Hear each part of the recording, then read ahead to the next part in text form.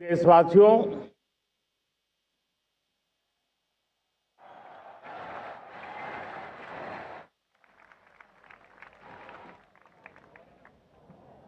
आजादी का ये महापर्व 140 करोड़ संकल्पों का पर्व है। आजादी का ये पर्व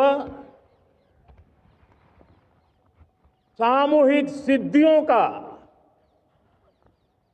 गौरव का पल है। हर हृदय उमंग से भरा हुआ है। देश एकता की भावना को निरंतर मजबूती दे रहा है। 140 करोड़ देशवासी आज तिरंगे के रंग में रंगे हैं। हर घर तिरंगा, भारत के हर कोने से, चाहे रेगिस्तान हो या हिमालय की चोटियां, समंदर के तट हो या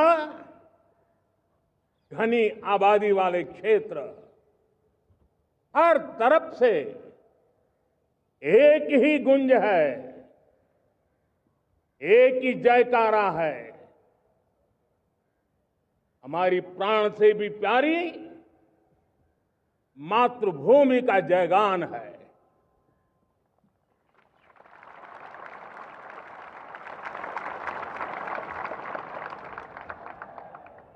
मेरे प्यारे देशवासियों, सन 47 में अनंत संभावनाओं के साथ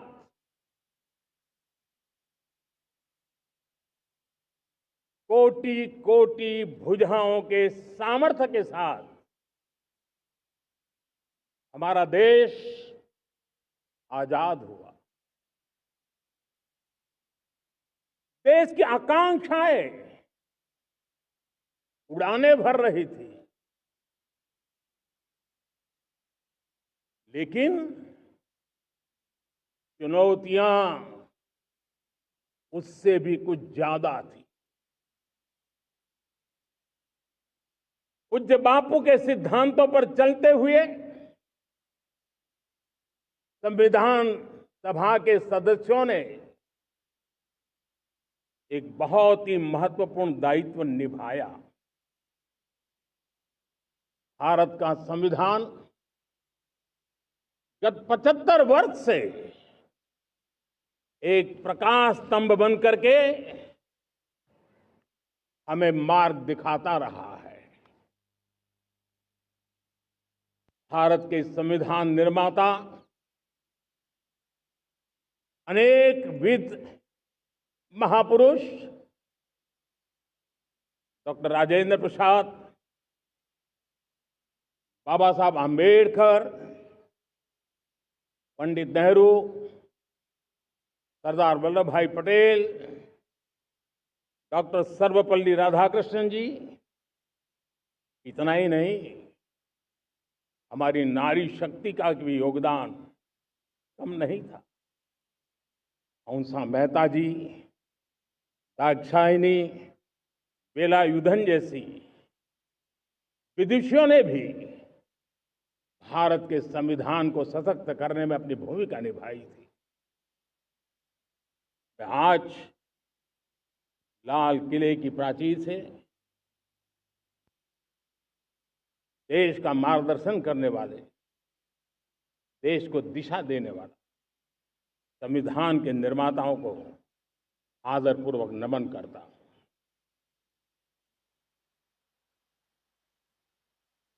मेरे प्यारे देशवासियों, हम आज डॉक्टर श्यामा प्रसाद मुखर्जी की 125वीं जयंती भी मना रहे हैं। डॉक्टर श्यामा प्रसाद मुखर्जी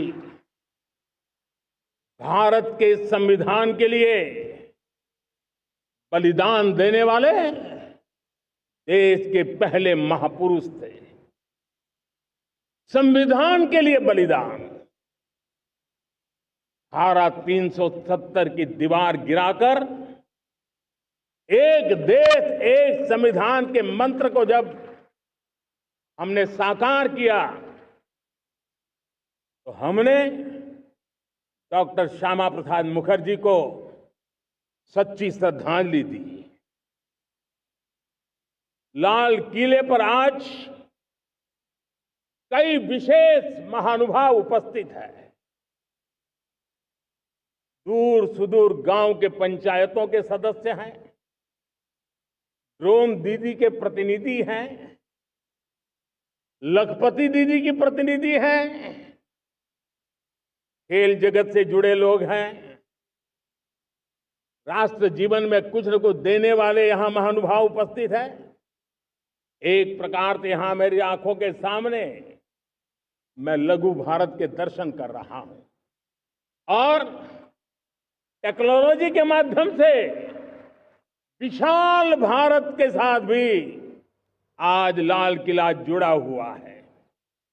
मैं आजादी के इस महापर्व पर देशवासियों का, विश्व भर में फैलाए हुए भारत प्रेमियों का, हमारे मित्रों का हृदय से बहुत बहुत अभिनंदन करता हूं।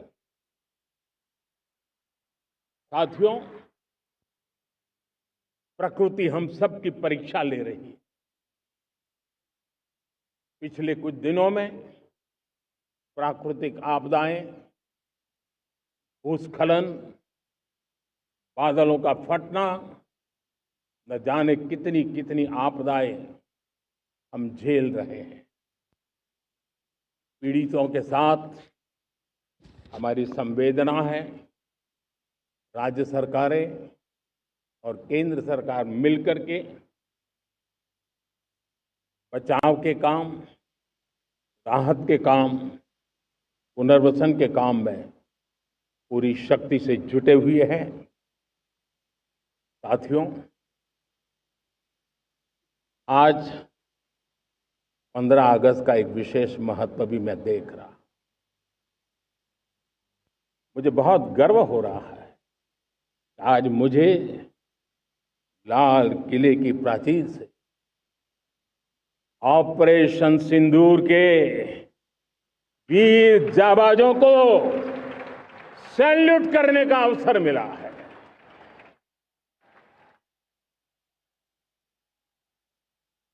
हमारे वीर जाबाज सैनिकों ने दुश्मनों को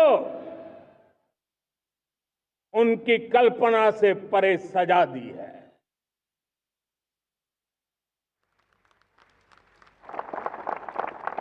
और इस अपील को पहलगाम में सीमा पार से आतंकियों ने आकर के जिस प्रकार का कत्ले आम किया, धर्म पूछ करके लोगों को मारा गया। पत्नी के सामने पति को गोलियां दी, बच्चों के सामने अपने पिता को मौत के घाट उतार दिया गया। पूरा हिंदुस्तान आक्रोश से भरा हुआ था। पूरा विश्व भी इस प्रकार से संहार से चौंक गया था। मेरे प्यारे देशवासियों, ऑपरेशन सिंदूर उसी आक्रोश की अभिव्यक्ति है।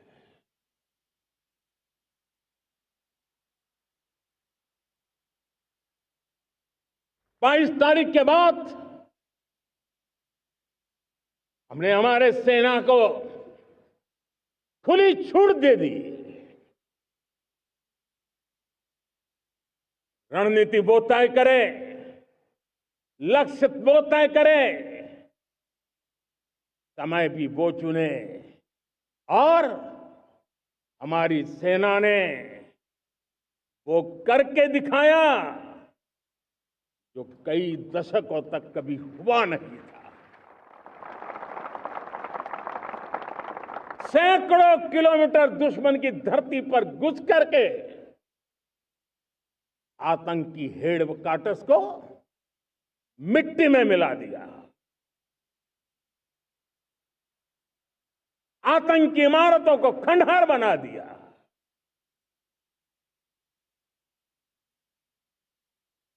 पाकिस्तान की नींद अभी भी उड़ी हुई है।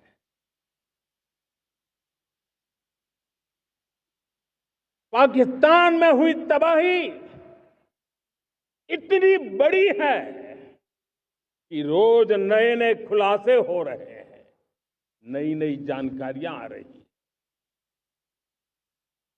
मेरे प्यारे देशवासियों, हमारा देश कई दशकों से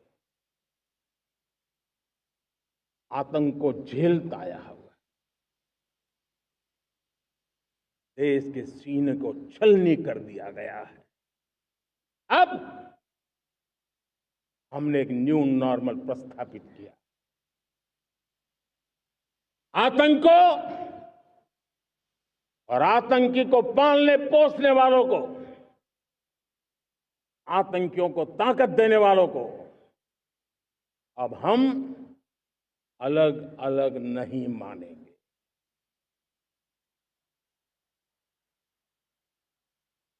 वो मानवता के समान दुश्मन है, उनके बीच कोई फर्क नहीं है। अब भारत ने तय कर लिया है कि न्यूक्लियर की धमकियों को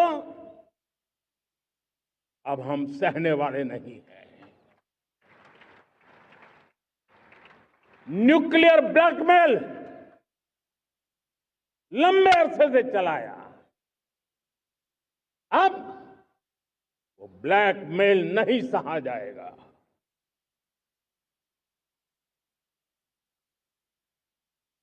आगे भी अगर दुश्मनों ने ये कोशिश जारी रखी,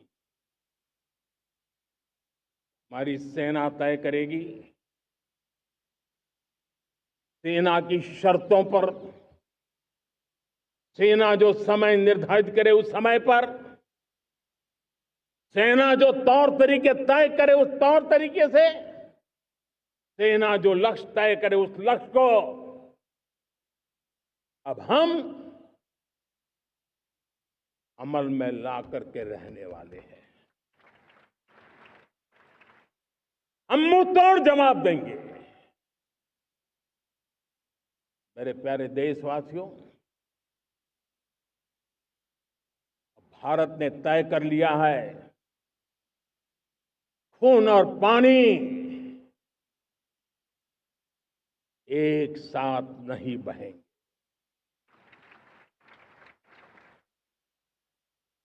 अब देशवासियों को भली भांति पता चला है कि सिंधु का समझौता कितना अन्यायपूर्ण है, कितना एक तरफा है।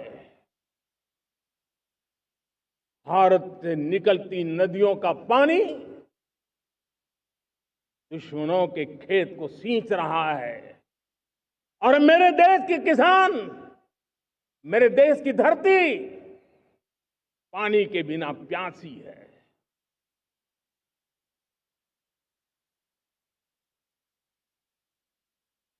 ये ऐसा समझौता था जिसने पिछले 7 दशक से मेरे देश के किसानों का अकल्पनीय नुकसान किया है।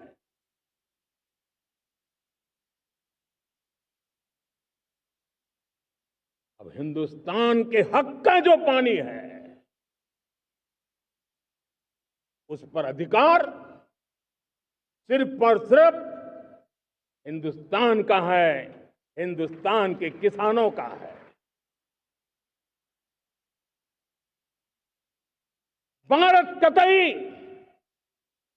सिंधु समझौते को, उस स्वरूप को दशकों तक सहा है, उस स्वरूप को आगे नहीं सहा जाएगा।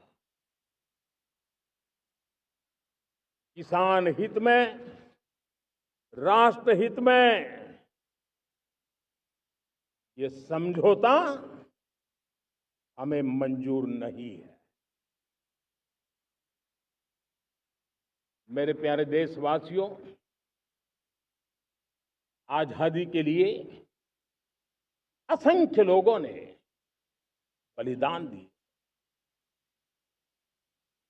अपनी जवानी खपा दी, जेलों में जिंदगी गुजारी है, फांसी के तख्त पर लटके हैं, कुछ लेने पाने बनने के लिए नहीं, मां भारती के स्वाभिमान के लिए, कोटि कोटि जनों की आजादी के लिए, गुलामी की जंजीरों को तोड़ने के लिए।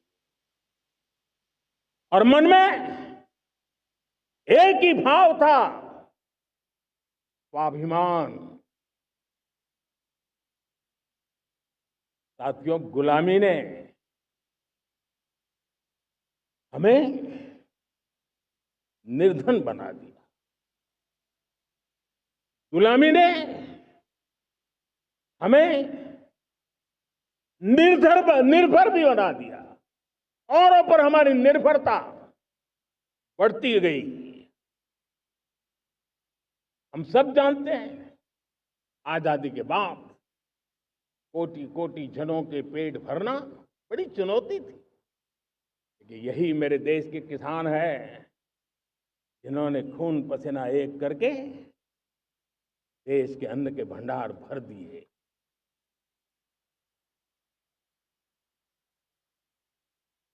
अनाज के संबंध में देश को आत्मनिर्भर बना दिया। एक राष्ट्र के लिए आत्मसम्मान की सबसे बड़ी कसौटी आज भी उसकी आत्मनिर्भरता है। और मेरे प्यारे देशवासियों, विकसित भारत का आधार भी है आत्मनिर्भर भारत।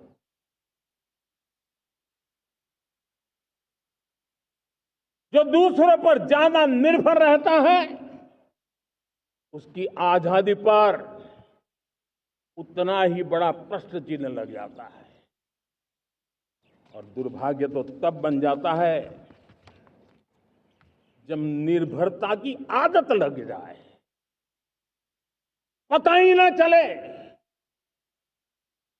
हम कब आत्मनिर्भरता छोड़ रहे हैं और कब किसी के निर्भर हो जाते हैं। ये आदत खतरे से खाली नहीं है और इसलिए प्रतिपल जागरूक रहना पड़ता है आत्मनिर्भर होने के लिए। और मेरे प्यारे देशवासियों, आत्मनिर्भरता का नाता सिर्फ आयात और निर्यात, रुपये, पैसे, पाउंड, डॉलर यहां तक सीमित नहीं है। इतना सीमित अर्थ उसका नहीं है। आत्मनिर्भरता का नाता हमारे सामर्थ्य से जुड़ा हुआ है।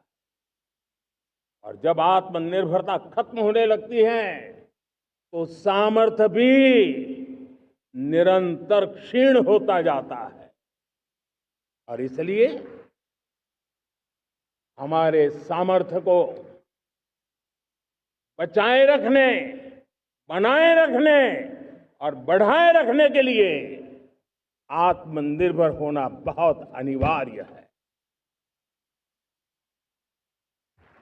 साथियों, हमने ऑपरेशन सिंदूर में देखा है मेड इन इंडिया की कमाल क्या थी।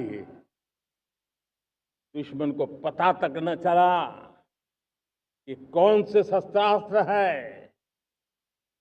ये कौन सा सामर्थ्य है जो पलक भर में उनको नष्ट कर रहा है। सोचिए, अगर हम आत्मनिर्भर होते न होते तो क्या ऑपरेशन सिंदूर इतनी त्वरित गति से हम कर पाते? पता नहीं कौन सप्लाई देगा नहीं देगा, साजो सामान मिलेगा नहीं मिलेगा, इसी की चिंता बनी रहती। लेकिन हमें मेड इन इंडिया की शक्ति हमारे हाथ में थी, सेना के हाथ में थी। इसलिए बिना चिंता, बिना रुकावट, बिना हिचकिचाहट हमारी सेना अपना पराक्रम करती रही। और ये पिछले 10 साल से लगातार डिफेंस के क्षेत्र में आत्मनिर्भरता पर हम एक मिशन लेकर के चले हैं, उसके नतीजे आज नजर आ रहे हैं। साथियों, मैं एक और विषय पर आपका ध्यान आकर्षित करना चाहता हूं। ये बात से कोई इनकार नहीं कर सकता कि 21वीं सदी टेक्नोलॉजी ड्रिवन सेंचुरी है। और जब टेक्नोलॉजी ड्रिवन है और इतिहास की तरफ नजर करें तो पता है, इतिहास गवाह है, जिन जिन देशों ने टेक्नोलॉजी में महारत हासिल की, वो देश विकास की ऊंचाइयों को पार कर गए, शिखर पर पहुंच गए। आर्थिक शक्ति नए पैमाने पर पहुंचती गई। हम जब टेक्नोलॉजी के अलग अलग आयामों की बात करते हैं तो मैं आपका ध्यान आकर्षित करता हूं सेमीकंडक्टर्स पे। उदाहरण के तौर पे बताता हूं, मैं यहां लाल किले से किसी सरकार की आलोचना करने के लिए खड़ा नहीं हुआ और नहीं मैं करना चाहता, लेकिन देश की युवा पीढ़ी को जानकारी होना भी उतना जरूरी है। हमारे देश में 50-60 साल पहले सेमीकंडक्टर को लेकर के फाइलें शुरू हुई। 50-60 साल पहले फैक्ट्री का विचार चालू हुआ। आप मेरे नौजवानों जानकर के हैरान हो जाएंगे, आज सेमीकंडक्टर जो पूरी दुनिया की एक ताकत बन गया है, 50-60 साल पहले वो विचार, वो फाइलें अटक गई, लटक गई, अटक गई। सेमीकंडक्टर के विचार की ही भ्रूण हत्या हो गई। 50-60 साल गवा दिए। हमारे बाद कई देश सेमीकंडक्टर में आज महारत हासिल करके दुनिया में अपनी ताकत को प्रस्थापित कर रहे हैं। साथियों, आज हमने उस बोझ से मुक्त होकर के मिशन मोड में सेमीकंडक्टर के काम को आगे बढ़ाया। 6 अलग अलग सेमीकंडक्टर के यूनिट्स जमीन पर उतर रहे हैं। 4 नए यूनिट्स को हमने ऑलरेडी हरी झंडी दिखा दी है, ग्रीन सिग्नल दे दिया है। और देशवासियों और मेरे खास करके नौजवानों और विश्व भर में भारत की टेक्नोलॉजी की ताकत को समझने वाले लोगों को भी कहना चाहूंगा, इसी वर्ष के अंत तक मेड इन इंडिया भारत की बनी हुई, भारत में बनी हुई, भारत के लोगों द्वारा बनी हुई मेड इन इंडिया चिप्स बाजार में आ जाएगी।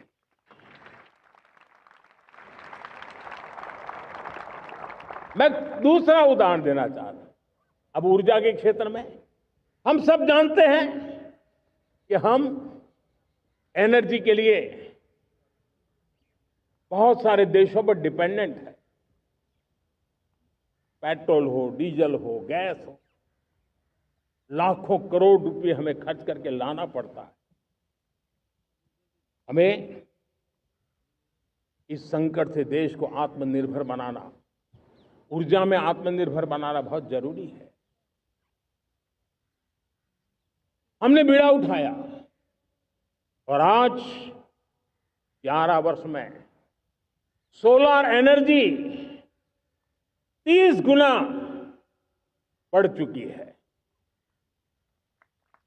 हम नए नए डैम बना रहे हैं ताकि हाइड्रो का विस्तार हो और हमें क्लीन एनर्जी की उपलब्ध हो। भारत मिशन ग्रीन हाइड्रोजन लेकर के आज हजारों करोड़ रुपए इन्वेस्ट कर रहा है। भविष्य की ऊर्जा को ध्यान में रख करके, ऊर्जा के क्षेत्रों को ध्यान में रख करके भारत न्यूक्लियर एनर्जी पर भी बहुत बड़े इनिशिएटिव ले रहा है। न्यूक्लियर एनर्जी में 10 नए न्यूक्लियर रिएक्टर तेजी से काम कर रहे हैं। 2047 तक, जो कि हमने विकसित भारत का लक्ष्य तय किया है, जब देश की आजादी के 100 साल होंगे, हम परमाणु ऊर्जा क्षमता 10 गुना से भी अधिक बढ़ाने का संकल्प लेकर के आगे बढ़ रहे हैं। मेरे प्यारे देशवासियों, रिफॉर्म एक निरंतर प्रक्रिया है। समयानुकूल परिस्थिति के अनुसार रिफॉर्म करते जाना होता है। हम न्यूक्लियर एनर्जी के क्षेत्र में बहुत बड़े रिफॉर्म लेकर के आए। अब हमने प्राइवेट सेक्टर के लिए भी परमाणु ऊर्जा को उसके द्वार खोल दिए हैं। हम शक्ति को जोड़ना चाहते। मेरे प्यारे देशवासियों, दुनिया जब आज ग्लोबल वार्मिंग को लिए चिंता करती है, तब मैं विश्व को भी बताना चाहता हूं कि भारत ने तय किया था कि हम 2030 तक क्लीन एनर्जी भारत में 50% पहुंचा देंगे। ये लक्ष्य हमारा 2030 तक था। मेरे देशवासियों का सामर्थ्य देखिए, मेरे देशवासियों की संकल्प शक्ति देखिए, मेरे देशवासियों को विकसित भारत बनाने का संकल्प को पूर्ण करने के लिए उनकी दौड़ देखिए। हमने जो लक्ष्य 2030 में तय किया था, वो 50% क्लीन एनर्जी का लक्ष्य 2025 में हमने कर लिया। 5 साल पहले हमने अचीव कर लिया, क्योंकि विश्व के प्रति भी हम उतने ही संवेदनशील हैं, प्रकृति के प्रति भी उतने ही हम जिम्मेवार लोग हैं। मेरे प्यारे देशवासियों, बजट का बहुत बड़ा हिस्सा ये पेट्रोल, डीजल, गैस, इन सबको लाने के लिए खर्च होता था। लाखों करोड़ रुपए चले जाते थे।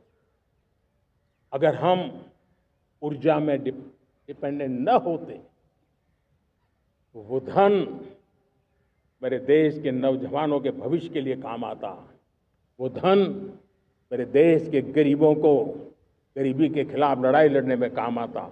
वो धन मेरे देश के किसानों के कल्याण में काम आता। वो धन मेरे देश के गांव की परिस्थिति को पलटने के लिए काम आता।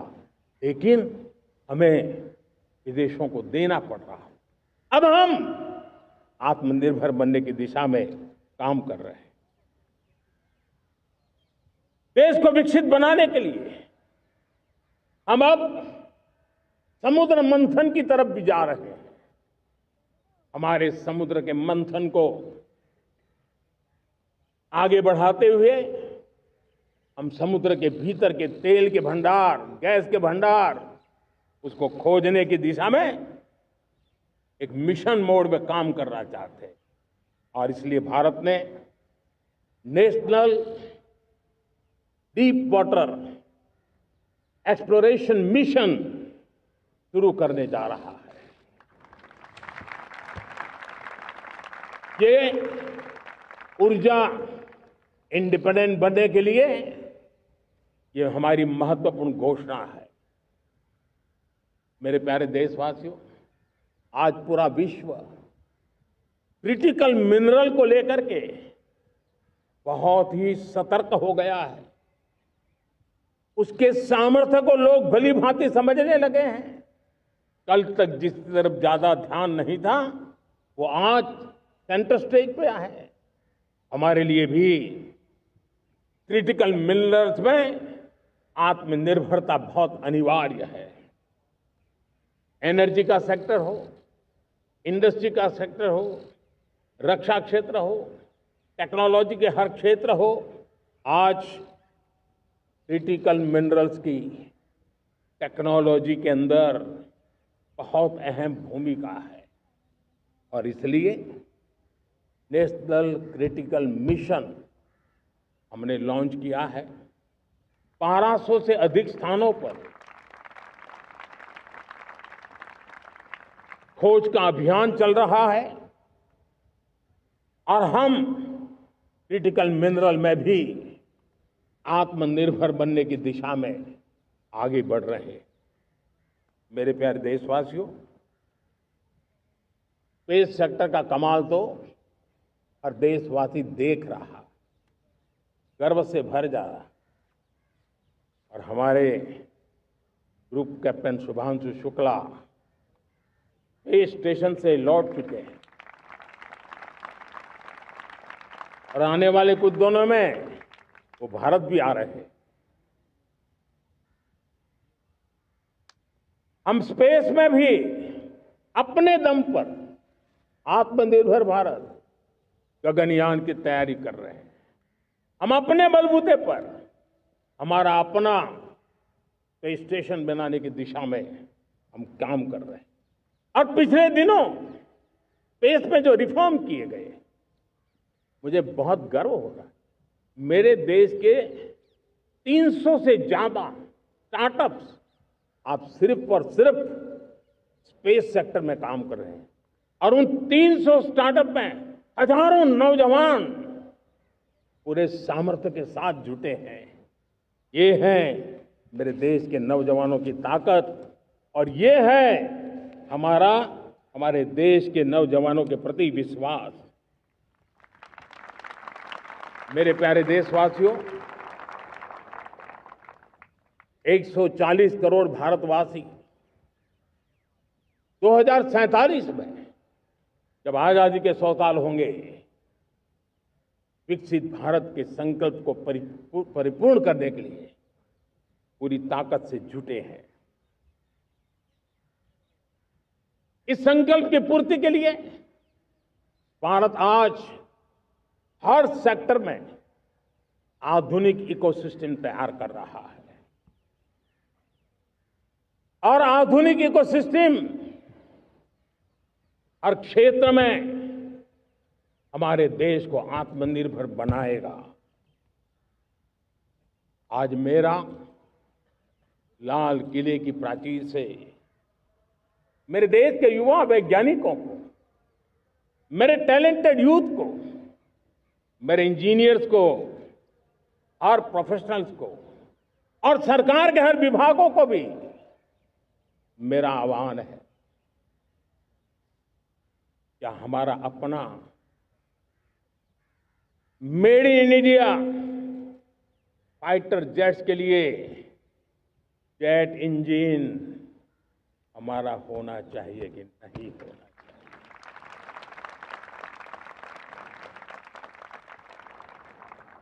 हम फार्मा ऑफ द वर्ल्ड माने जाते हैं।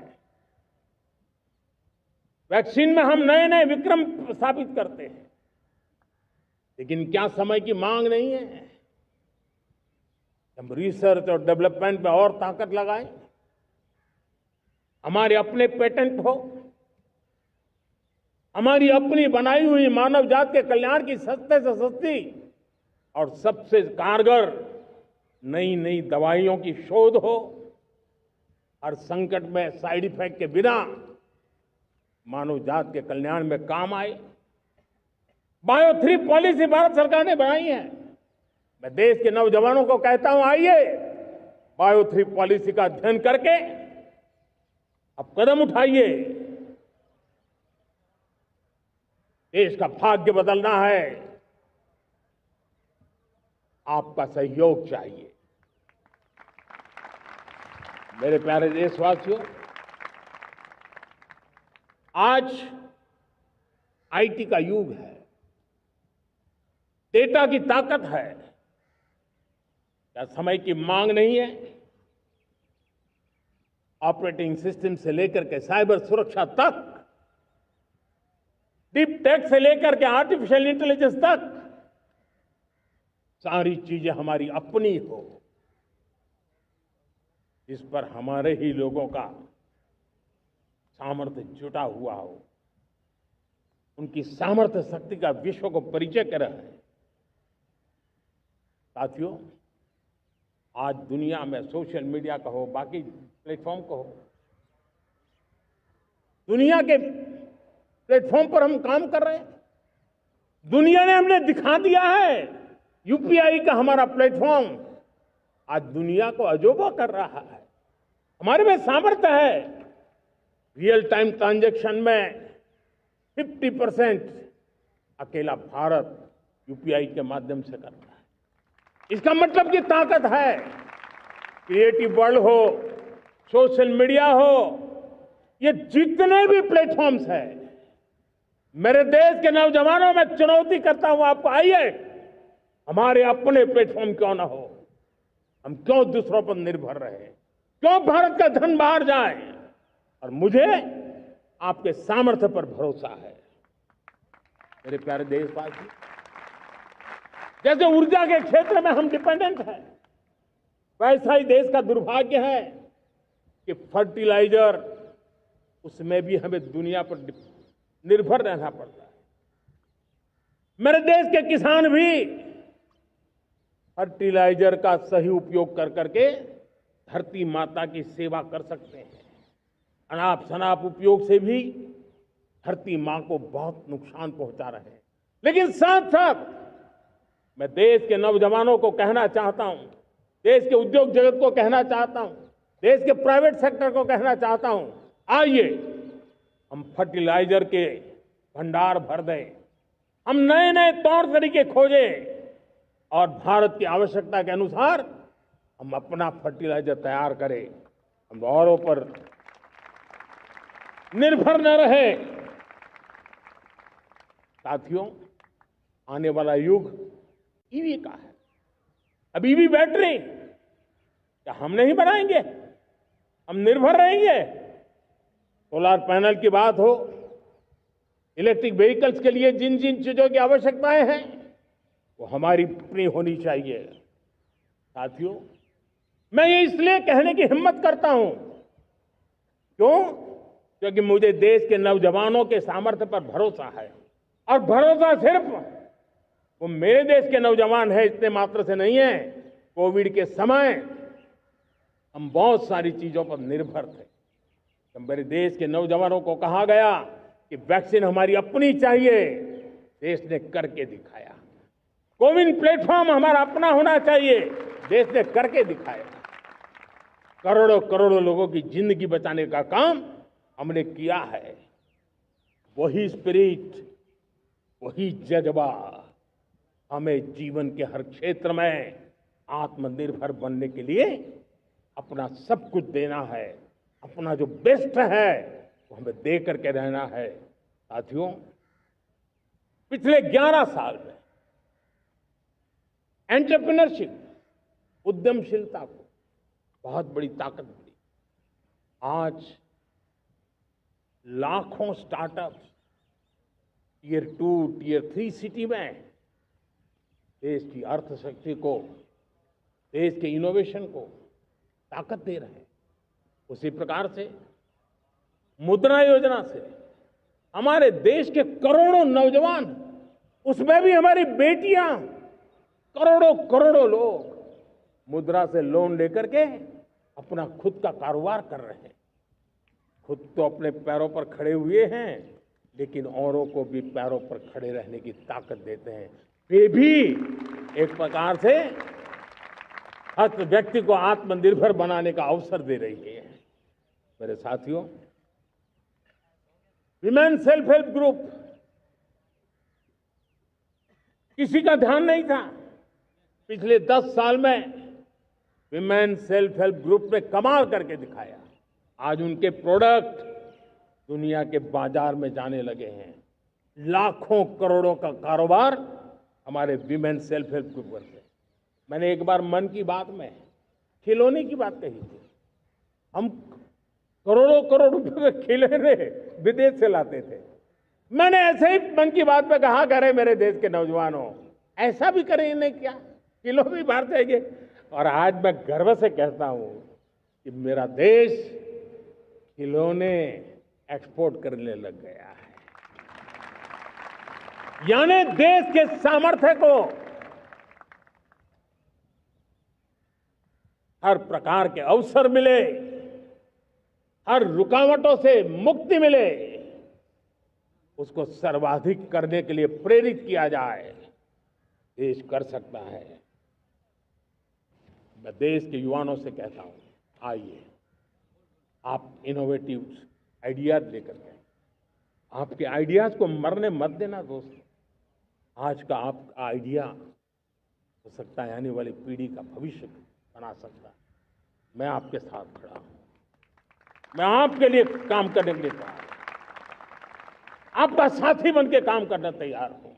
आप आइए, हिम्मत जुटाइए, इनिशिएटिव लीजिए। जो युवा मैन्युफैक्चरिंग के बारे में सोचते हैं, आइए आगे बढ़िए। सरकार के नियमों में बदलाव करना है, मुझे बताइए। अब देश रुकना नहीं चाहता है। 2047 दूर नहीं है, एक एक पल की कीमत है और हम एक भी पल गंवाना नहीं चाहते दोस्तों।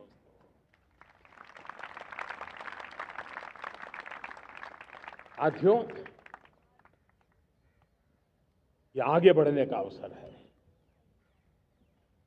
बड़े सपने देखने का अवसर है, संकल्प के लिए समर्पित होने का अवसर है। जब सरकार आपके साथ है और मैं स्वयं आपके साथ हूं, तब हम नया इतिहास बना सकते हैं। साथियों, आज नेशनल मैन्युफैक्चरिंग मिशन पर बहुत तेजी से काम हो रहा है। हमारे एमएसएमईज, उसका लोहा दुनिया मानती है। ये दुनिया में बड़ी बड़ी चीजें बनती है ना, कुछ न कुछ तो औजार हमारे देश के एमएसएमईज के द्वारा जाते हैं, बड़े गर्व के साथ जाते हैं। लेकिन हम कॉम्प्रिहेंसिव इंटीग्रेटेड विकास की राह पर जाना चाहते हैं और इसलिए उनकी शक्ति बढ़े। और उसमें भी मैंने पहले एक बार लाल किले से कहा था, जीरो डिफेक्ट जीरो इफेक्ट। आज कहना चाहता हूं कि हमें विश्व बाजार में अपने सामर्थ्य का लोहा मनवाना है, तो हमें क्वालिटी में निरंतर नई ऊंचाइयों को पार करना। दुनिया क्वालिटी को स्वीकार करती है, हमारी गुणवत्ता सबसे ज्यादा हो और सरकार के भी प्रयास हो, रॉ मटेरियल की भी उपलब्धि हो, हमारी प्रोडक्शन की कॉस्ट कैसे कम हो, हम उसमें दम रह गए।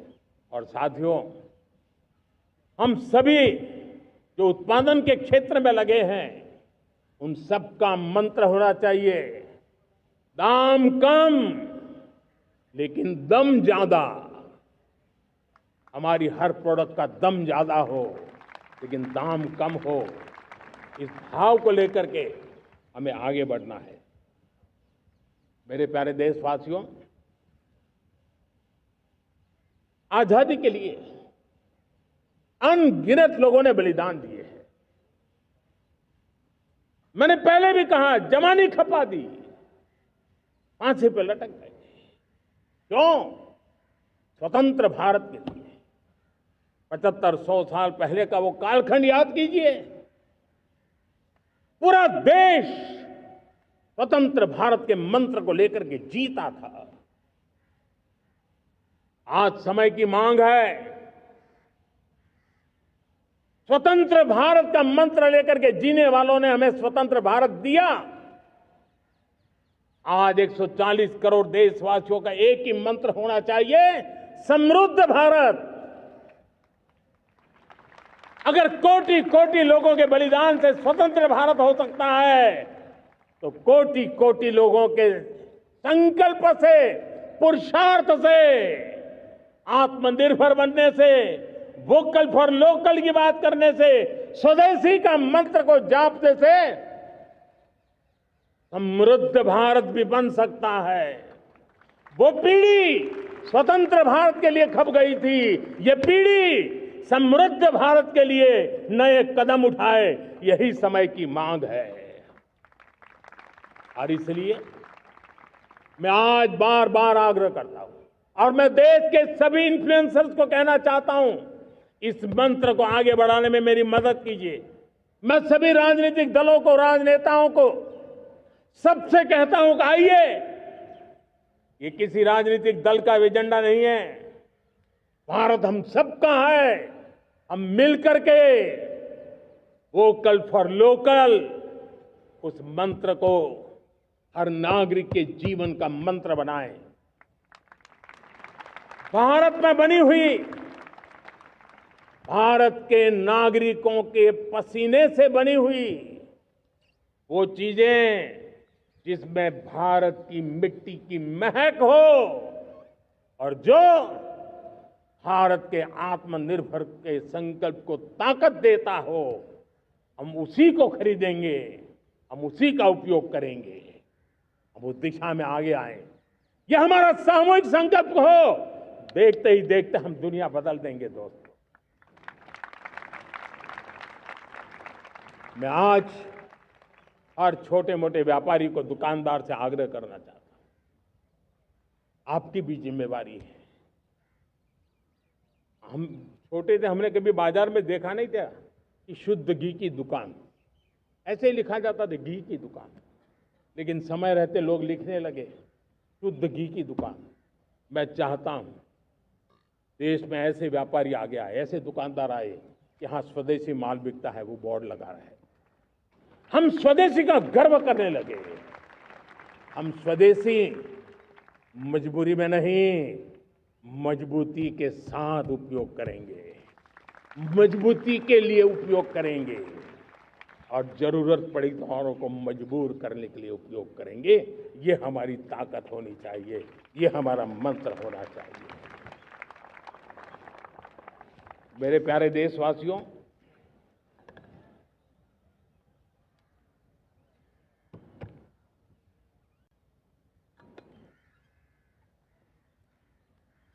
मुझे बहुत लंबे समय से सरकार में काम करने का अवसर मिला। मैंने कई सारे उतार चढ़ाव देखे हैं, सरकारों की मुसीबतों से भी मैं परिचित हूं, व्यवस्थाओं की मर्यादाओं से भी परिचित हूं। लेकिन उसके बावजूद भी हमारी जिम्मेवारी है कि हम किसी की लकीर को छोटी करने में अपनी ताकत बर्बाद न करें। मैं बड़े अनुभव से कहता हूं, किसी दूसरे की लकीर छोटी करने के लिए अपनी ऊर्जा हमें नहीं खपानी है। हमें पूरी ऊर्जा के साथ हमारी लकीर को लंबा करना है।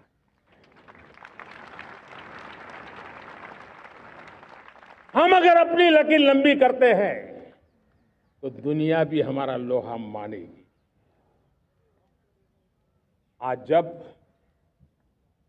वैश्विक परिस्थितियों में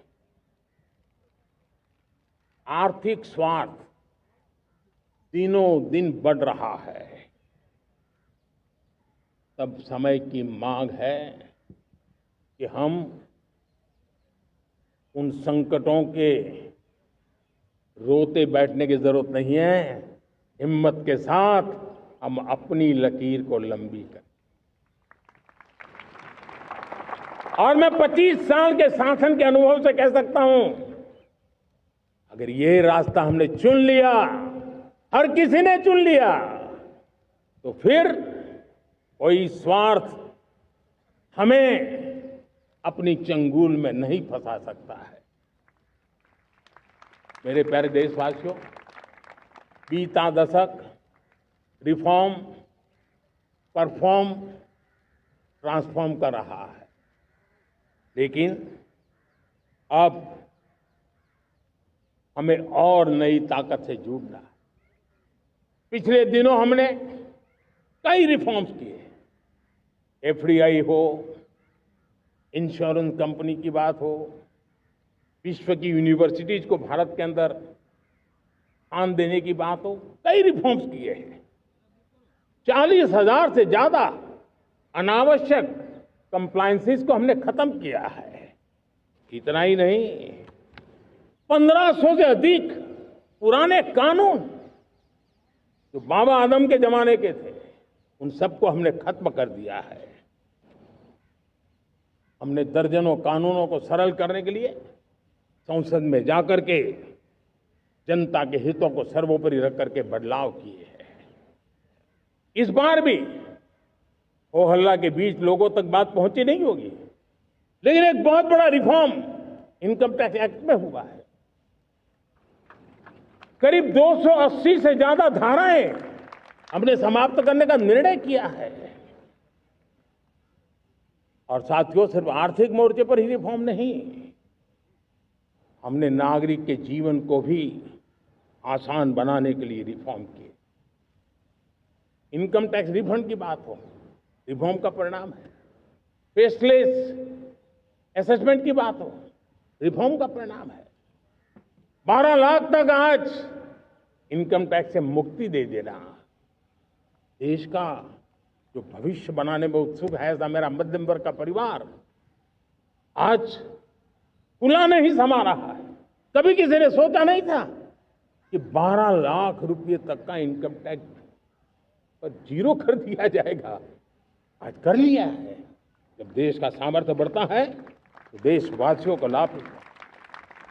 अंग्रेजों के जमाने से दंड संहिता में हम दबे पड़े थे, दंड का भय दिखा करके जीवन चल रहा था। 75 साल आजादी के ऐसे ही गए।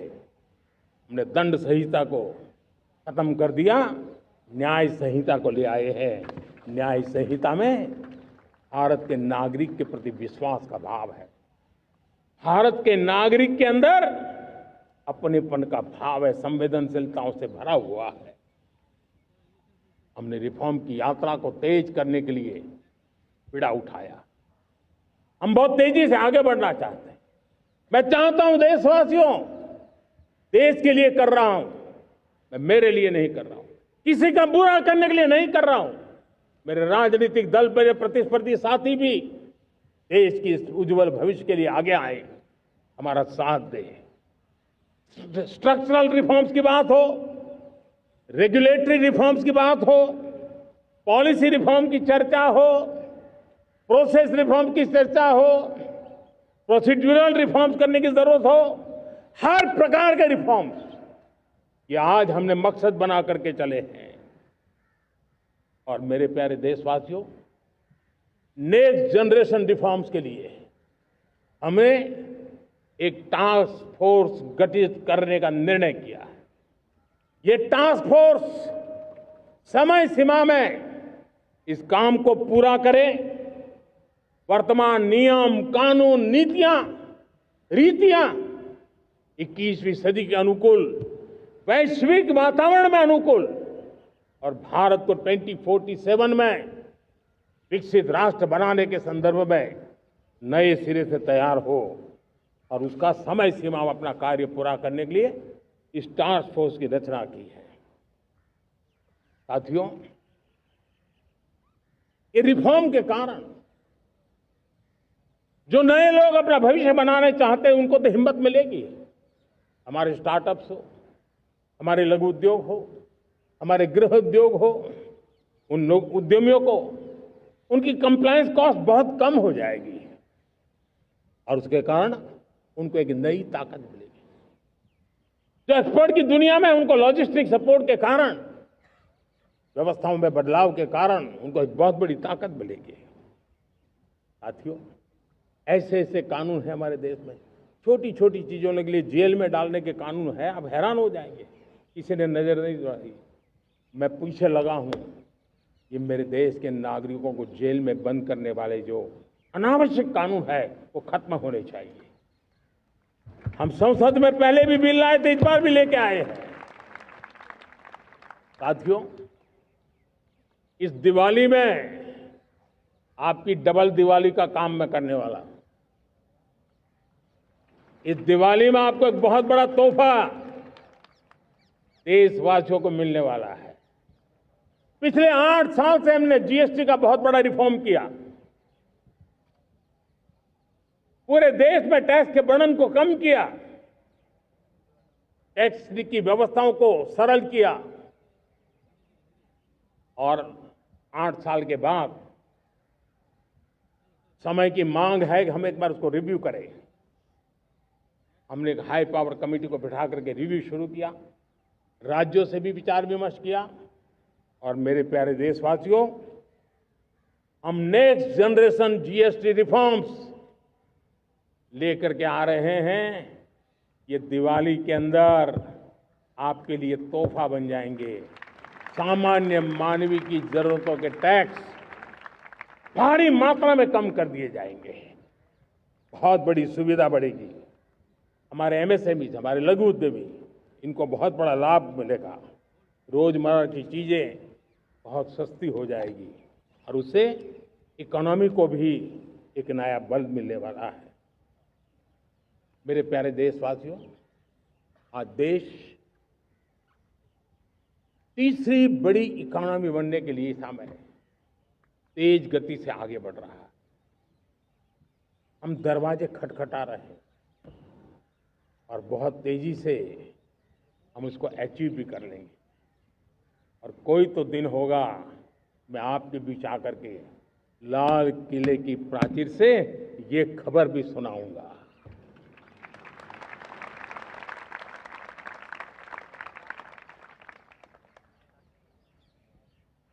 आज भारत की अर्थव्यवस्था और आर्थिक स्थिति को लेकर पूरी दुनिया आश्वस्त है। इतनी अस्थिरता के बीच आशा की किरण बना हुआ है भारत का फाइनेंशियल डिसिप्लिन, भारत की फाइनेंस की ऊर्जा। संकट के घेरे में जब अर्थव्यवस्था पड़ी हुई है, तब भारत ही उसे बाहर निकलेगा, ये भरोसा दुनिया में पनपा है। आज इन्फ्लेशन कंट्रोल में है, फॉरेन एक्सचेंज रिजर्व हमारे बहुत मजबूत है,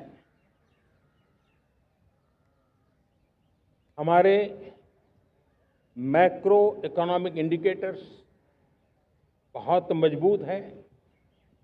ग्लोबल रेटिंग एजेंसी भी लगातार भारत की सराहना करती हैं, भारत की अर्थव्यवस्था पर ज़्यादा से ज़्यादा विश्वास व्यक्त कर रही है। ये बढ़ती हुई अर्थव्यवस्था का लाभ मेरे देश के गरीबों को मिले, मेरे देश के किसानों को मिले, मेरे देश की नारी शक्ति को मिले, मेरे देश के मध्यम वर्ग को मिले, मेरे देश की विकास धारा को ताकत देने वाला बने। उस दिशा में हम नए नए प्रयास करें। आज युवाओं के लिए नए नए सेक्टर्स में हमारे नौजवानों के लिए अवसर बन रहे हैं।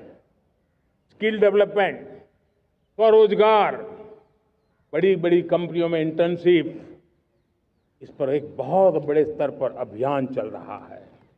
और इसलिए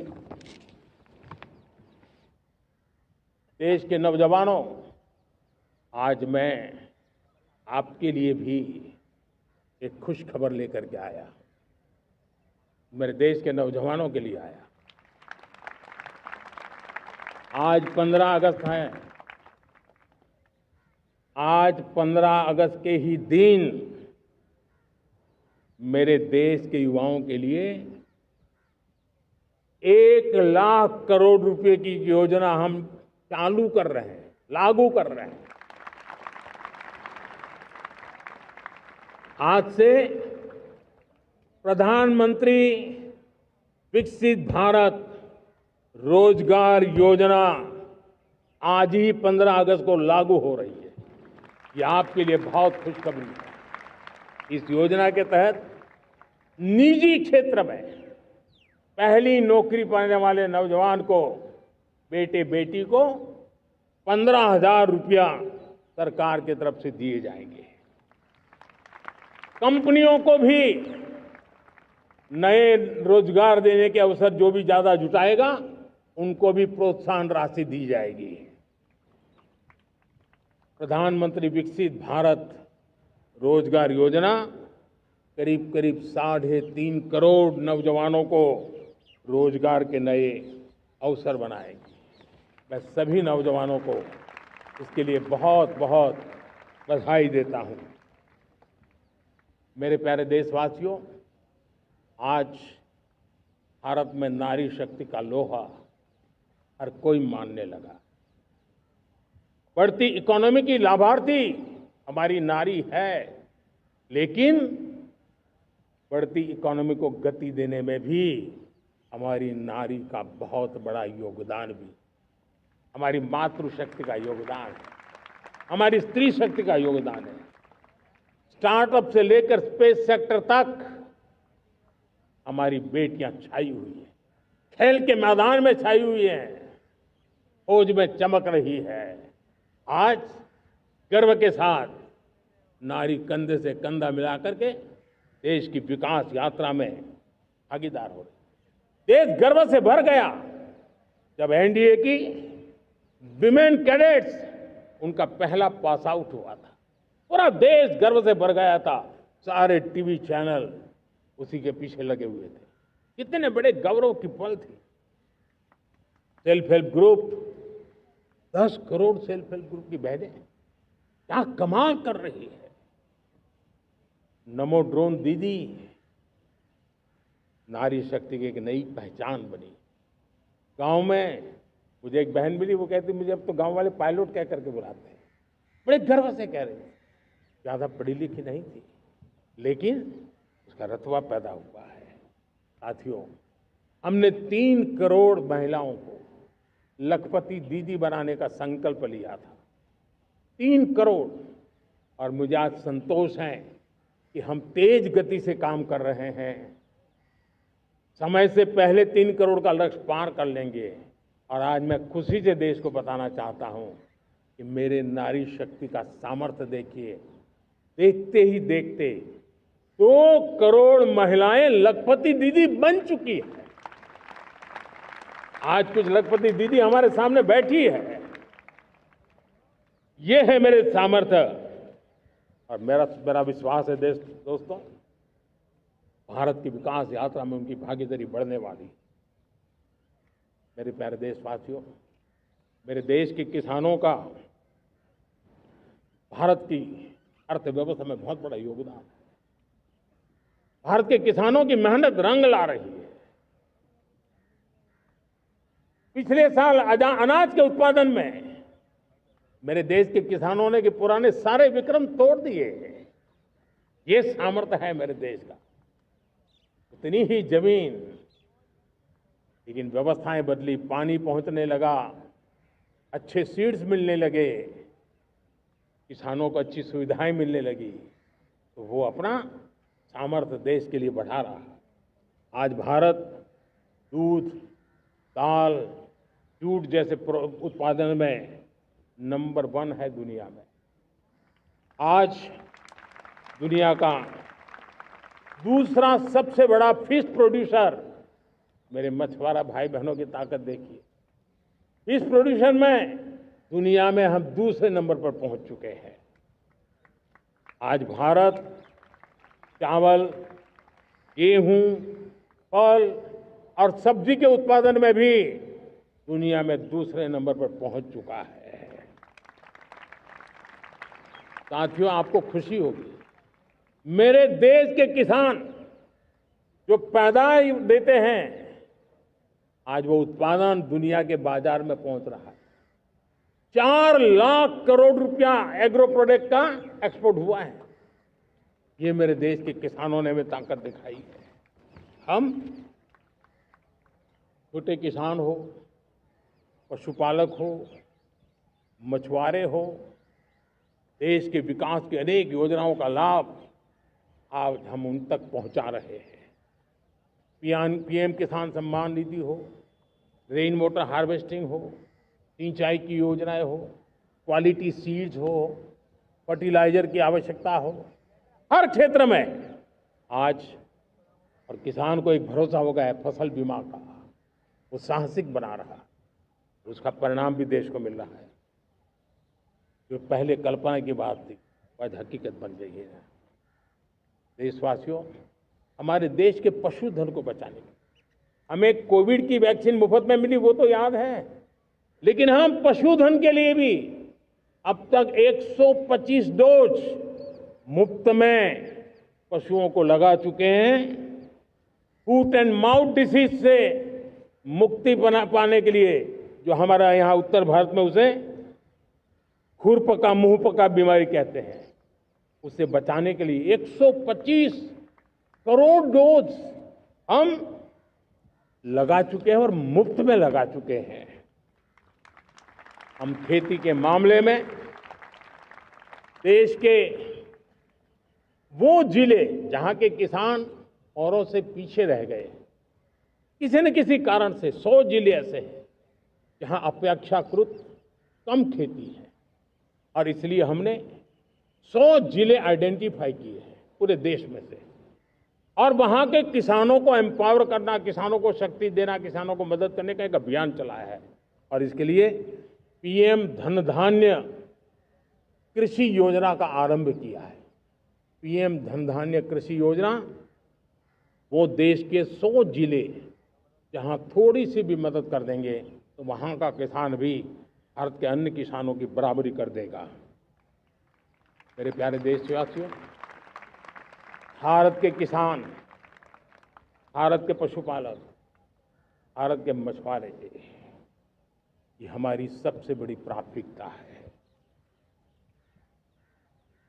भारत के किसान, भारत के मछुआरे, भारत के पशुपालक,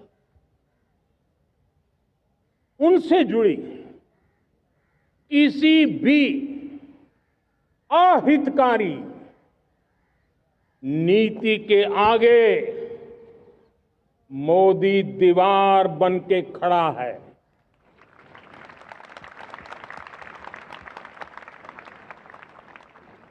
भारत अपने किसानों, अपने पशुपालकों, अपने मछुआरों के संबंध में कभी भी कोई समझौता नहीं स्वीकार करेगा।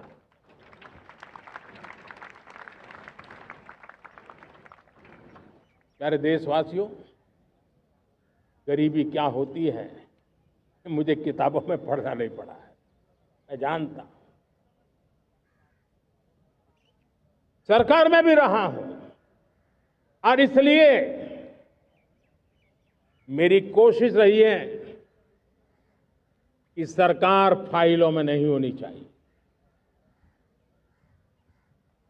सरकार देश के नागरिकों की लाइफ में होनी चाहिए। दलित हो, पीड़ित हो, शोषित हो, वंचित हो, उनके लिए सकारात्मक रूप से सरकारें प्रोएक्टिव हो, सरकारें प्रो पीपल हो, उस दिशा में हम निरंतर प्रयास कर रहे हैं। समाज के हर जरूरत व्यक्ति के लिए, कुछ लोगों को लगता है कि सरकार की योजनाएं पहले भी आती, जी नहीं, हम सरकार की योजनाओं को जमीन पर उतार रहे हैं, सैचुरेशन पर बल देते हैं, और सामाजिक न्याय का अगर कोई सच्चा एजुकेशन है तो सैचुरेशन में है, जिसमें कोई हकदार छूटे नहीं, हकदार के घर तक सरकार जाए और उसे अपना हक की चीजें मिले, उसके लिए हम काम कर रहे हैं। जनधन अकाउंट जब खोले गए ना, वो सिर्फ बैंक का अकाउंट था ऐसा नहीं है, उसे एक स्वाभिमान मिला था कि बैंक के दरवाजे मेरे लिए भी खुलते हैं, मैं भी बैंक के दरवाजे में जाकर के टेबल पे हाथ रख करके बात कर सकता हूं। ये विश्वास हमने जगाया है। आयुष्मान भारत ने बीमारी को सहने की आदत से मुक्ति दिलाने का और उनको अच्छे स्वास्थ्य के लिए मदद करने का काम और जब हम वरिष्ठ नागरिकों को 5 लाख रुपए से ज्यादा मदद कर करके उनके आरोग्य की चिंता करते हैं, आज पीएम आवास 4 करोड़ गरीबों को घर मिलना मतलब जिंदगी के नए सपने वहां सजते हैं। वो सिर्फ 4 दीवारें नहीं है दोस्तों। रेहड़ी पटरी वालों के लिए पीएम स्वनिधि योजना, जो कभी ब्याज के चक्कर में फंसा रहता था, आज पीएम स्वनिधि से रेहड़ी पटरी वाला भी, और आपने देखा वो यूपीआई से पैसे लेता है, यूपीआई से पैसे देता है। ये बदलाव आखिरी व्यक्ति तक चिंता लोगों की लाइफ में सरकार होनी चाहिए। उसी के कारण ये जमीन से जुड़ी योजनाएं बनती हैं और जमीन से जुड़ी योजनाएं जमीन पर उतरती हैं और जमीन से उतरी हुई योजनाएं जीवन में बदलाव लाने का एक सशक्त माध्यम बन जाती है। एक समय था गरीब हो, पीड़ित हो, आदिवासी हो, वंचित हो, दिव्यांग हो, हमारी विधवा माताएं बहनें हो, अपने हक के लिए दर दर भटकते रहते थे। सरकारी दफ्तरों में चक्कर लगाते लगाते जिंदगी पूरी हो जाती। आज सरकार आपके दरवाजे पर आती है, सैचुरेशन के अप्रोच को लेकर के आती है। करोड़ों लाभार्थियों को सरकारी योजनाओं का लाभ मिल रहा है। डायरेक्ट बेनिफिट ट्रांसफर एक बहुत बड़ा क्रांतिकारी काम हुआ है। साथियों, गरीबी हटाओ के नारे देश ने बहुत सुने हैं, लाल किले से भी सुने, और देश सुन सुन करके थक गया था और देश ने मान लिया था कि गरीबी हट नहीं सकती है। लेकिन जब हम योजनाओं को गरीब के घर तक ले जाते हैं, विश्वास को गरीब के मन में हम पैदा करते हैं, तब मेरे देश के 25 करोड़ गरीब गरीबी को परास्त कर करके, गरीबी से बाहर निकल करके एक नया इतिहास बनाते हैं। आज 10 करोड़ गरीब और 10 वर्ष में 25 करोड़ से ज्यादा गरीब गरीबी को परास्त कर करके गरीबी से बाहर निकले हैं और एक न्यू मिडिल क्लास तैयार हुआ है। मेरे साथियों, ये न्यू मिडिल क्लास और मिडिल क्लास एक ऐसी जुगलबंदी है जिसमें एस्पिरेशन भी है, एफर्ट भी है। वो देश को आगे बढ़ाने के लिए बहुत बड़ा सामर्थ्य बनने वाली है। मेरे प्यारे देशवासियों, बहुत ही निकट भविष्य में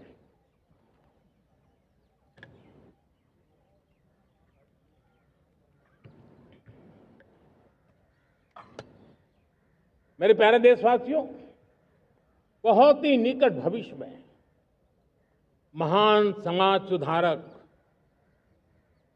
महात्मा ज्योतिबा फुले जी की 200वीं जयंती आ रही है। हम उस जयंती के समारोह शुरू करने जा रहे हैं और महात्मा ज्योतिबा फुले के सिद्धांत, उन्होंने जो मंत्र दिए, उसमें हमारे लिए प्रेरणा है। पिछड़े को प्राथमिकता, पिछड़े को प्राथमिकता देते हुए हम परिवर्तन की ऊंचाइयों को प्राप्त करना चाहते हैं। हम इसके लिए परिश्रम की पराकाष्ठा करना चाहते हैं। हम पारदर्शी नीतियों के द्वारा पिछड़ों को प्राथमिकता, ये हम धरती पर उतारना चाहते हैं, हर पिछड़े के जीवन में उतारना चाहते हैं। साथियों, रेहड़ी पटरी वालों के लिए स्वनिधि योजना हो या हमारे हुनर वाले, हाथ से काम करने वाले विश्वकर्मा योजना की बात हो, आदिवासी में भी जो पिछड़े रह गए हैं उनके लिए पीएम जनधन की योजना की बात हो, हमारे पूर्वी भारत को विकास में पूरे देश के अंदर बराबरी में लाना और उनको नेतृत्व देने की दिशा में काम हो। हम सिर्फ समाज पिछड़े हो उनकी चिंता तक अटकने वाले नहीं है। जो क्षेत्र पिछड़े हैं उनको भी हम प्राथमिकता देना चाहते हैं। जो जिले पिछड़े रहे हैं हम उनको प्राथमिकता देना चाहते हैं। जो ब्लॉक पिछड़े रहे हैं उनको प्राथमिकता देना चाहते हैं। हमने 100 एस्पिरेशनल डिस्ट्रिक्ट, 500 एस्पिरेशनल ब्लॉक, उसी मिशन में काम किया है।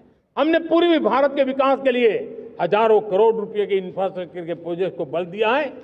हमने पूर्वी भारत के जीवन को बदल करके देश की विकास यात्रा में भागीदार बनने का। मेरे प्यारे देशवासियों, जीवन हर क्षेत्र में विकास होना चाहिए। विकास के लिए खेल का भी महत्व होता है। और मुझे खुशी है कि एक जमाना था जहाँ बच्चे खेल में अगर समय लगाते हैं तो माँ बाप ज्यादा पसंद नहीं करते थे। आज एकदम से उलट गया है। अगर बच्चे खेलकूद में आगे आते हैं, रुचि लेते हैं, तो माँ बाप गर्व से भर जाते हैं। मैं इसे एक शुभ संकेत मानता हूं। मेरे देश के परिवार के अंदर खेल को प्रोत्साहन का वातावरण मैं देखता हूं, मेरा मन गर्व से भर जाता है। मैं इसे देश के भविष्य के लिए बहुत शुभ संकेत मानता हूं। और साथियों, इस खेल को बढ़ावा देने के लिए हमने नेशनल स्पोर्ट्स पॉलिसी, कई दशकों के बाद हम देश में खेलो भारत नीति को लेकर के आए हैं, ताकि एक खेल जगत का सर्वांगीण विकास का प्रयास हो। स्कूल से लेकर के ओलंपिक तक हम एक पूरा इकोसिस्टम डेवलप करना चाहते हैं, चाहे कोचिंग की व्यवस्था हो, फिटनेस की बात हो, खेल के मैदान हो, खेल की व्यवस्थाएं हो, खेल के लिए आवश्यक साधन हो, लघु उद्योगों को भी खेल के साधन बनाने में मदद करने की बात हो। यानी एक प्रकार से पूरा इकोसिस्टम हम दूर दराज के बच्चों तक पहुंचाना चाहते हैं। लेकिन साथियों, जब मैं फिटनेस की बात करता हूं, जब मैं खेलकूद की बात करता हूं, तो मैं एक चिंता भी आपके सामने रखना चाहता हूं। हमारे देश के हर परिवार को चिंता करनी चाहिए। मोटापा हमारे देश के लिए बहुत बड़ा संकट बनता जा रहा है। आने वाले वर्षों में लोग, जो पंडित लोग हैं वो कहते हैं, जो जानकार लोग कहते हैं, हर तीसरे व्यक्ति में एक व्यक्ति मोटापे का शिकार होगा। हमें मोटापे से बचना है, ओबेसिटी से बचना है। और इसलिए मैंने बाकी सब करना पड़ेगा, लेकिन एक छोटा सा सुझाव दिया था कि परिवार तय करे कि जब खाने का तेल घर में आएगा 10% कम ही आएगा और 10% कम ही उपयोग करेंगे, और हम ओबेसिटी के खिलाफ लड़ाई को जीतने की दिशा में हम अपना योगदान देंगे।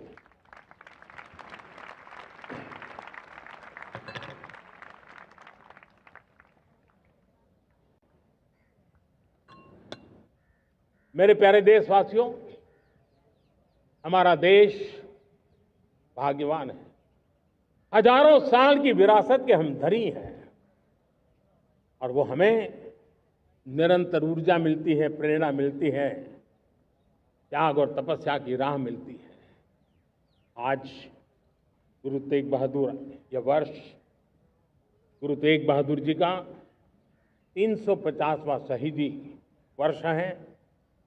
देश की संस्कृति की रक्षा, भारत के मूल्यों की रक्षा के लिए उन्होंने अपना सब कुछ न्योछावर कर दिया। मैं आज उनको नमन करता हूं। साथियों, हमारी संस्कृति की ताकत हमारी विविधता है। हम विविधता को सेलिब्रेट करना चाहते हैं। हम विविधता को सेलिब्रेट करने की आदत बनाना चाहते हैं। यह हमारा गौरव है। यह हमारा भारत माँ का यह बगीचा कितने विविध प्रकार के फूलों से सजा हुआ है, कितनी विविधताएं हैं। ये विविधता हमारे लिए एक बहुत बड़ा, हमारी विरासत है, बहुत बड़ा गौरव है। हमने प्रयागराज के महाकुंभ में देखा भारत की विविधता को कैसे जिया जाता है। एक स्थान पर करोड़ों लोग, एक ही भाव, एक ही प्राण, एक ही प्रयास, दुनिया के लिए बहुत बड़ा अजूबा है। महाकुंभ की वो सफलता भारत की एकता की, भारत के सामर्थ्य की दुहाई देती है। साथियों, हमारा देश भाषाओं की विविधता से बहुत ही भरा हुआ है, पुलकित है।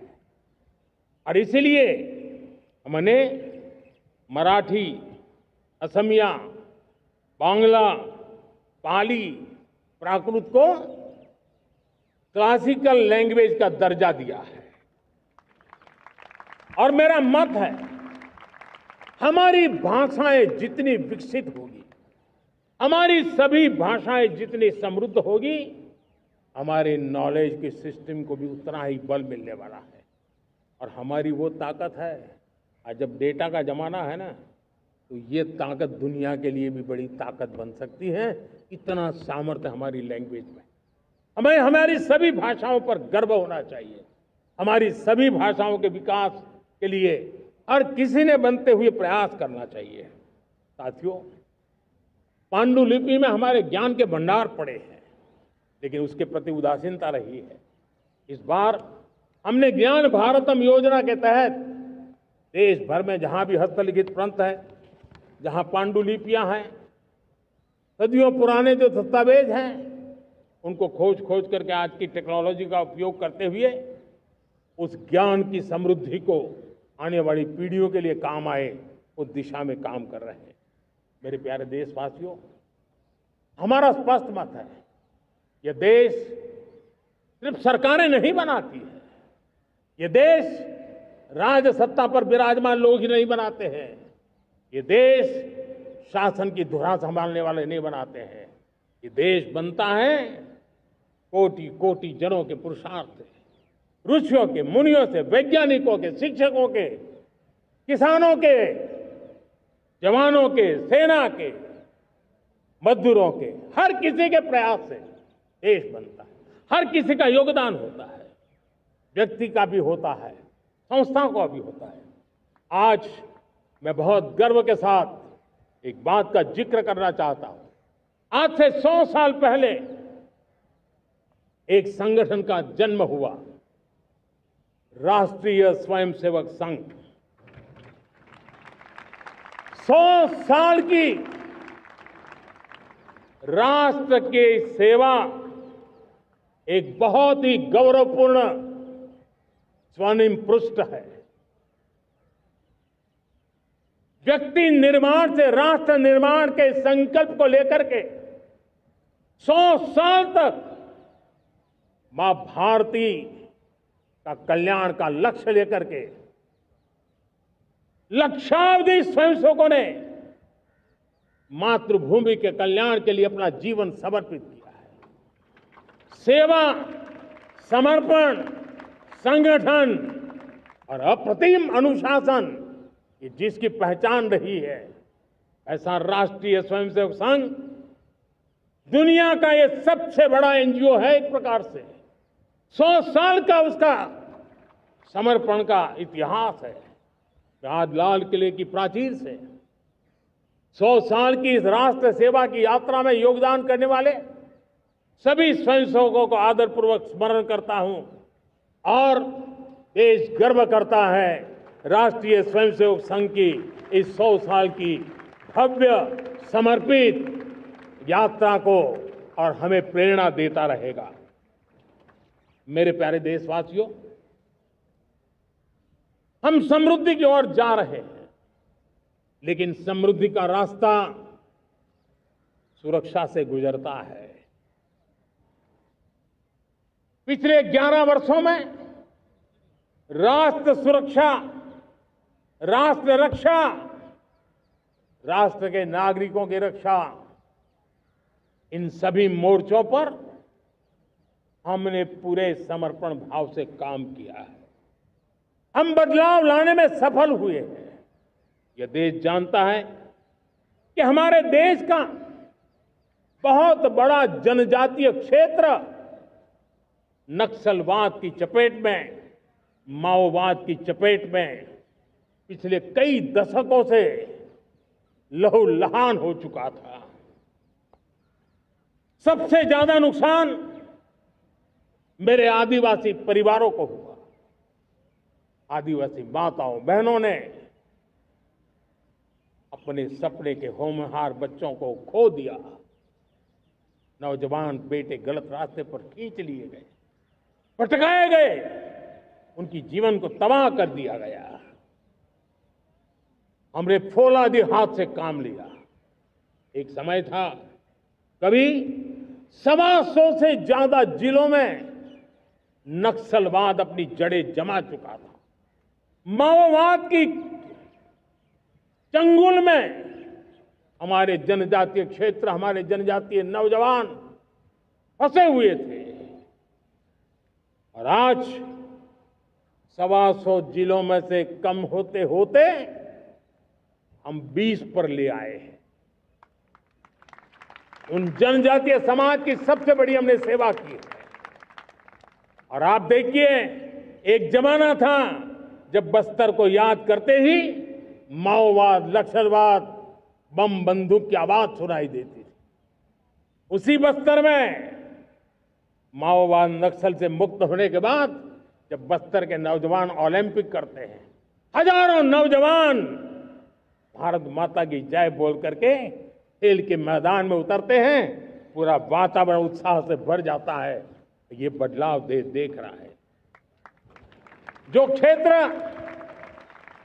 कभी रेड कॉरिडोर के रूप में जाने जाते थे, वो आज विकास के ग्रीन कॉरिडोर बन रहे हैं। साथियों, हमारे लिए गर्व की बात है, भारत के नक्शे में जिन क्षेत्रों को लहूलुहान कर दिया गया था, लाल रंग से रंग दिया गया था, हमने वहां संविधान, कानून और विकास का तिरंगा फहरा दिया है। मेरे प्यारे देशवासियों, ये भगवान बिरसा मुंडा की 150वीं जयंती का अवसर है। तब इन जनजातीय क्षेत्रों को नक्सल से मुक्त कर करके, मेरे जनजातीय परिवार के नौजवानों की जिंदगी बचा करके हमने भगवान बिरसा मुंडा को एक सच्ची श्रद्धांजलि दी है।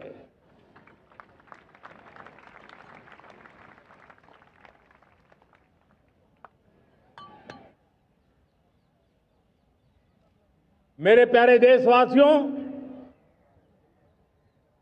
मैं आज देश के सामने एक चिंता, एक चुनौती के संबंध में आगाह करना चाहता हूं। षड्यंत्र के तहत, सोची समझी साजिश के तहत देश की डेमोग्राफी को बदला जा रहा है। एक नए संकट के बीज बोए जा रहे हैं और ये घुसपैठिए मेरे देश के नौजवानों की रोजी रोटी छीन रहे हैं। एक घुसपैठिए मेरे देश की बहन बेटियों को निशाना बना रहे हैं। ये बर्दाश्त नहीं होगा।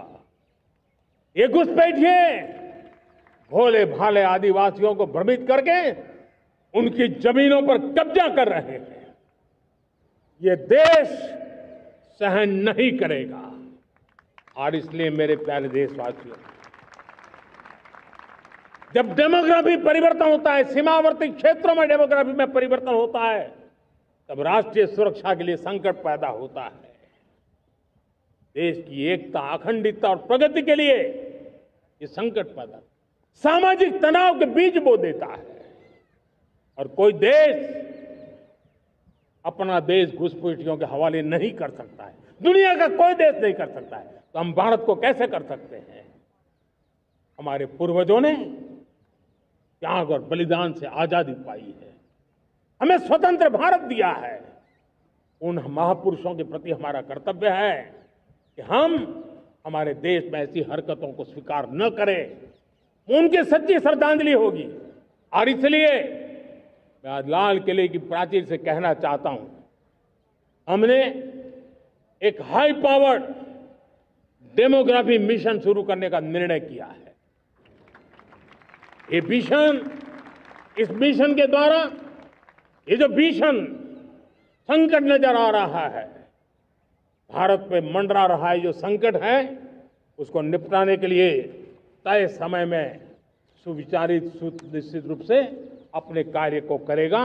उस दिशा में हम आगे बढ़ रहे हैं। मेरे प्यारे देशवासियों, कल जन्माष्टमी का पावन पर्व है। भगवान श्री कृष्ण का जन्मोत्सव देश में मनाया जाता है। साथियों, जब मुझे भगवान श्री कृष्ण याद आते हैं तो हम देख रहे हैं कि पूरे विश्व में आज युद्ध के तौर तरीके बदल रहे हैं। हमने देखा है कि भारत युद्ध के हर नए तौर तरीकों को निपटने में समृद्ध है। हमने ऑपरेशन सिंदूर में दिखा दिया है। टेक्नोलॉजी में जो भी महारत थी, पाकिस्तान ने हमारे सैन्य ठिकानों पर, हमारे एयरबेस पर,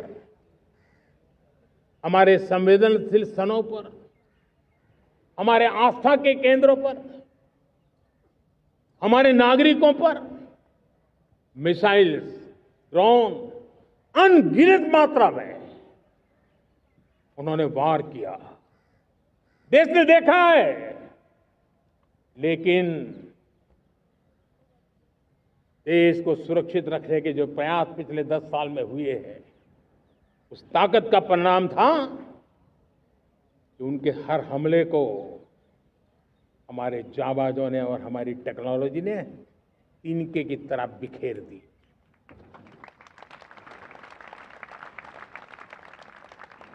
रत्ती भर नुकसान नहीं कर पाए। और इसलिए जब युद्ध के मैदान में टेक्नोलॉजी का विस्तार हो रहा है, टेक्नोलॉजी हावी हो रही है, तब राष्ट्र की रक्षा के लिए, देश के नागरिकों की सुरक्षा के लिए हमें भी, हमने जो आज महारत पाई है, वो महारत का और विस्तार करने की जरूरत है। हमने आज जो महारत पाई है, उसको लगातार अपग्रेडेड करते रहने की आवश्यकता है। और इसलिए साथियों, मैंने एक संकल्प लिया है, मुझे आपके आशीर्वाद चाहिए,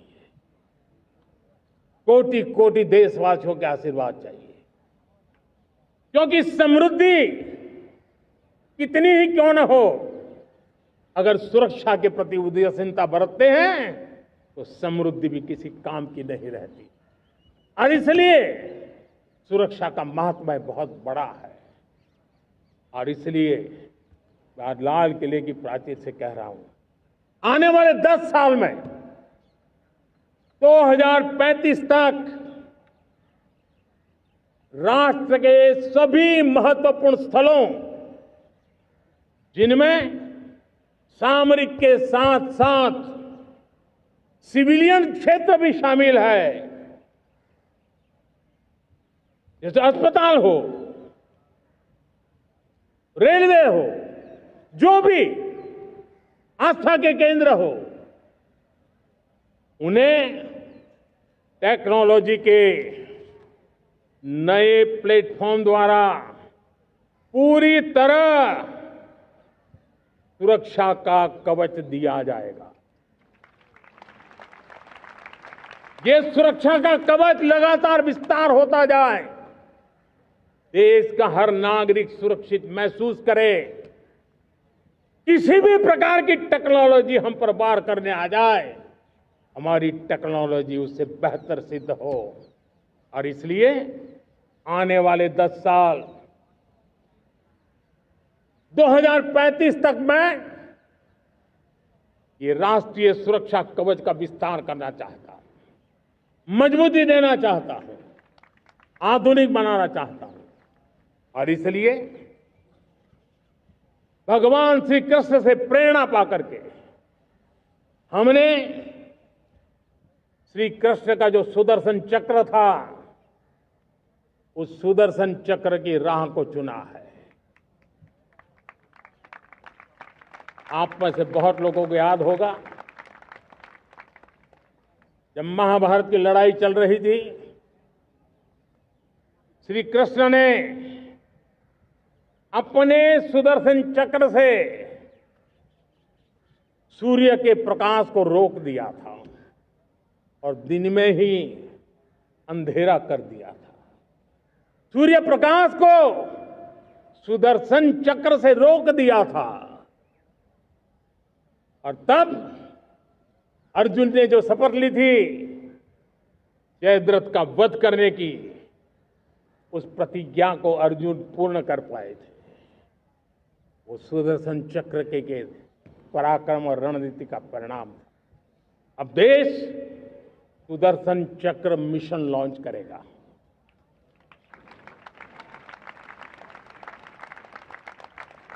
ये मिशन सुदर्शन चक्र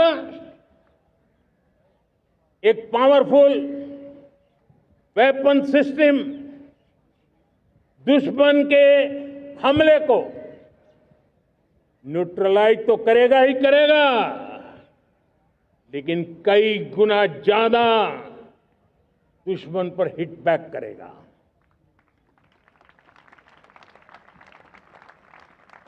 हमने